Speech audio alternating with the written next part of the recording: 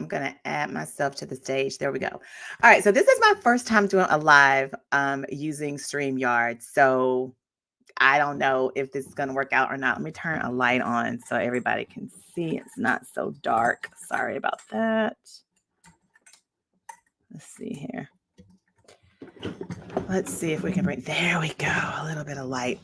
All right, so I am in the process of doing a live. It's my first time doing a live on YouTube, so bear with me if you join or if you're seeing this later. But I wanted to talk about 5 things that I do differently if I knew about, things that if I knew then what I know now, I would do differently about being an entrepreneur. I know a lot of us have this hindsight, like we can look at things and just be like, wow, I wish I had done this differently, or if I'd known this, I would have done things this way. And so I thought I would give the benefit of my knowledge and experience having been in business for over 20 years. And when it comes to like hitting roadblocks and like struggling and not seeing results and feeling like I'm drowning, all of the things that come along with being an entrepreneur, I feel like I have a very good take on these things. And as someone who really does specialize in authentic marketing and authentic leadership strategies, I think that it's, a good idea to share what I've learned with you all. So these 5 things that if I knew then what I know now when I started my business, these are some things that I would really stress.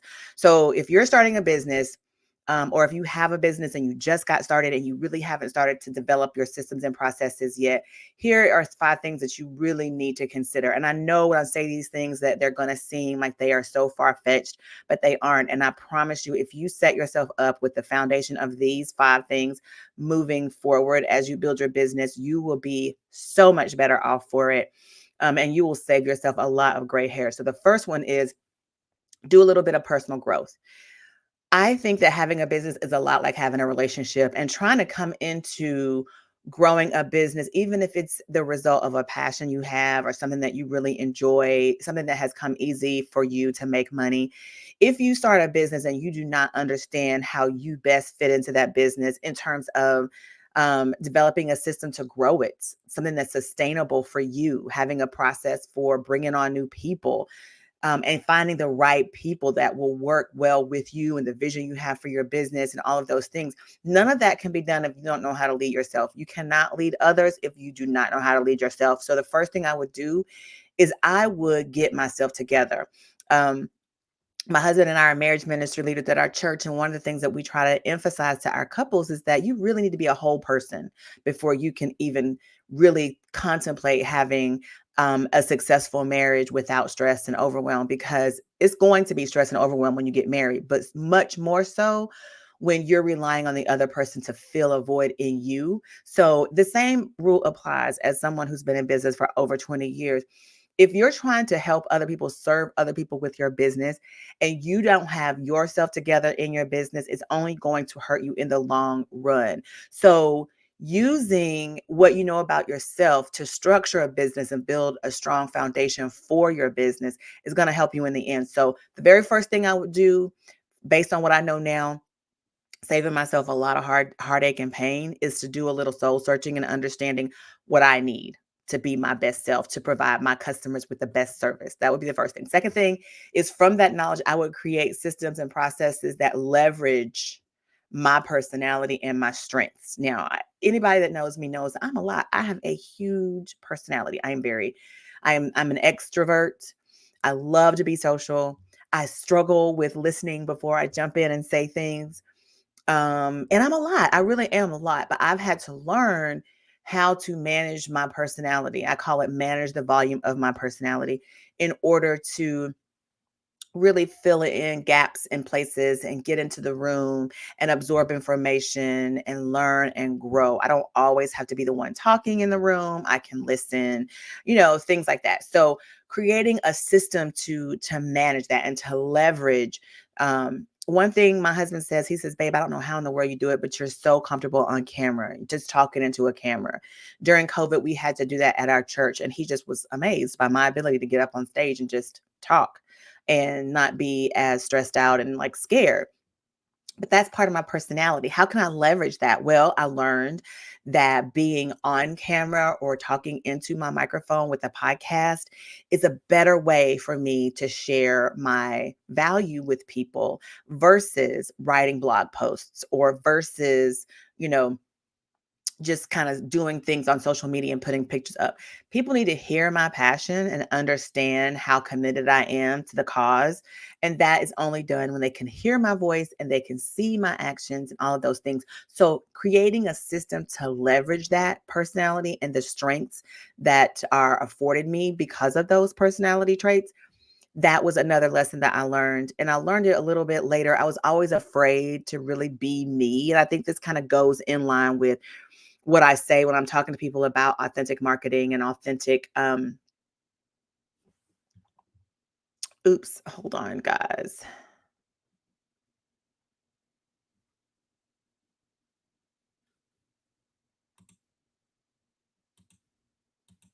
Okay, so I'm back. Sorry.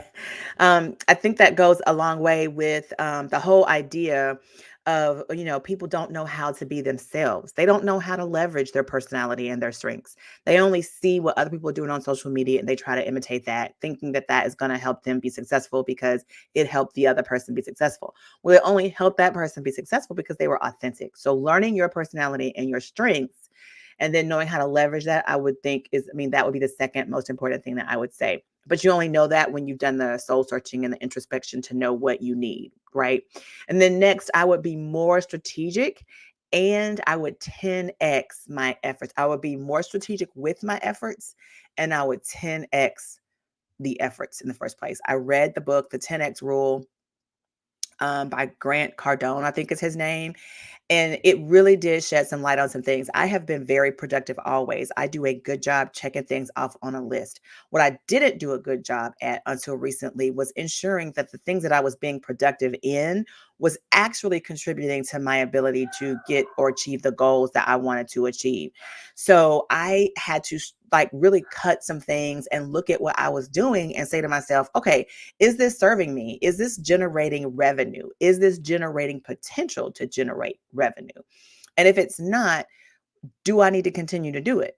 And if I don't need to continue to do it, what do I need to do in its place, or what do I need to do more of, more intentionally to get the results that I'm trying to get? So in my case, I was creating a ton of content, but it really was just sharing information and making it free to everybody and just, oh, blah, blah, blah, which I still love doing.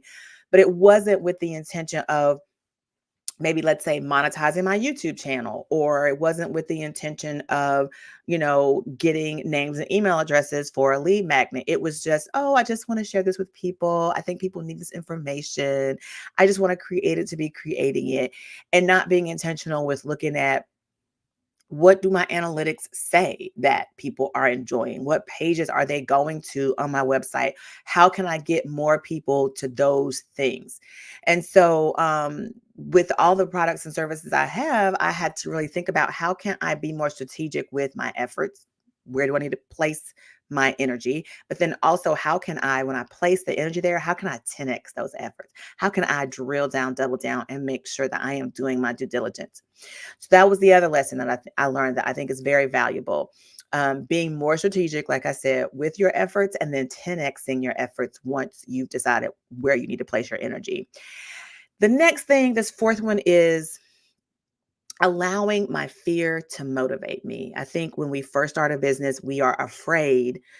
And so we don't do things. We don't take the leap of faith and go to the event because we're afraid we're not going to be credible. We don't do the thing, like maybe we don't start the YouTube channel in the first place because we're afraid we won't look good on camera, or we're afraid we don't know what we should say, or we won't accept the speaking engagement because we're afraid of speaking in crowds or something along those lines. Instead of allowing fear to prevent me from doing things, this year, 2024, and as I said before, I have a strong personality. I'm not very intimidated by a lot of things. Um, but for me, I would let big, like audacious opportunities to slip through my fingers. Like I wouldn't even try for them because I felt like it was too big of a stage and I wasn't ready. Or what if, they look at me and they see my social media numbers and they think, wow, you don't have tons of followers and blah, blah, blah. Or the funny thing is, I have done so many things, and I have a friend who is an amazing entrepreneur herself. I mean, serial entrepreneur. I mean, she took some things and made millions. I mean, and we will go places. And, one time I was doing a styling job and she came with me. And the person that I was styling, she was just bragging on like she had done this thing and that thing. And oh, she was this and she was that. And so in an attempt, I'm talking to my girlfriend who's like this amazing entrepreneur that I just told you. And I'm sitting here and I'm doing this lady's hair, and my girlfriend starts rattling off my accolades. And she's like, well, Andrea's done this and this and this and this. And when I heard her say it, I was like, wow, I'm pretty awesome. I don't think about the things that I do as big. Even though I've worked with huge organizations, I've done things that I should think are awesome. But in my head, imposter syndrome, you don't think about those things in the moment. And anyway, so using fear to motivate me this year, I've decided that you are ready. You are prepared. You do have what you need. You got, my girlfriend calls it the Patrick Bible of content. You've done research. You've experienced things. You're prepared. Don't allow fear to stop you. Allow fear to motivate you. So that's something else that if I knew then, I probably would be leaps and bounds ahead of where I am today. And then finally, I would say if knowing what I know now, this is what I would do differently. I would take more financial risks, more financial investments. Early on, I was afraid to invest in programs and trainings and things of that nature because I didn't have a lot of money, and I had a scarcity mindset, and I felt like if I spend this money, I won't have it, blah, blah, blah. What I've learned, we already know this, that to make money, you really do have to spend money. And I was afraid to do that. But now what I've learned, this is what I would do differently, is that if I had to go get a job to make enough money to purchase the program or to be a part of the networking group that was actually yielding, results, I would then do that. I would spend the money, not have the scarcity mindset, because the thing is, if you do the thing, you're liable to get the money back, right? I just had a conversation this morning with someone about a networking group that's like $300 to join, and then it's $75 a month. I spoke recently at another networking group that's $75 a month. And I was like, gosh, I don't want to spend $75 a month. And, because my experience with networking is not one where I'm seeing a ton of, generation of revenue. There are relationships being built. There are opportunities to gain exposure from the networking that I've been doing, but I haven't had to pay for that, right? But putting forth the investment and taking the risk to actually pay to be a part of a group that is yielding paid jobs from the people that I'm talking to, I would definitely take more risks, more financial investing in my business. Just pay for more educational things, pay for opportunities to network. Because I think that when you pay for things, people take it a little bit more seriously. So if everybody in the group is paying $75 a month, or everybody in the group is paying $300 to be a part initially, then it's quite possible that they're not going to waste their money, and they're going to be doing things to generate revenue themselves, which means they're getting themselves out there, meeting new people, and then they are in a position to share you with more people because they are, basically they're investing in themselves by investing in this networking group. And what's the point if you're not going to participate and share and, generate leads and referrals for people, right? So anyway, these are the 5 things that if I knew then, I would definitely be doing these things. Then, like, if I knew what I know now, I would definitely be doing these things to grow my business from the beginning, or I would definitely use these as tools to build a solid foundation for my business. So I hope you enjoyed this live stream. I've got another one coming up this week, and then I'll be doing them once a week for the next month. If you are local to my area, I am doing my L3 Summit, October 25th and 26th. It's a working retreat. So if you are struggling with things in your business, growing your business, building a foundation for your business, this is a working retreat. Bring your laptops and we're going to get you taken care of that day in real time. All right. I really appreciate you guys for joining or watching, and I'll see you in a couple of days.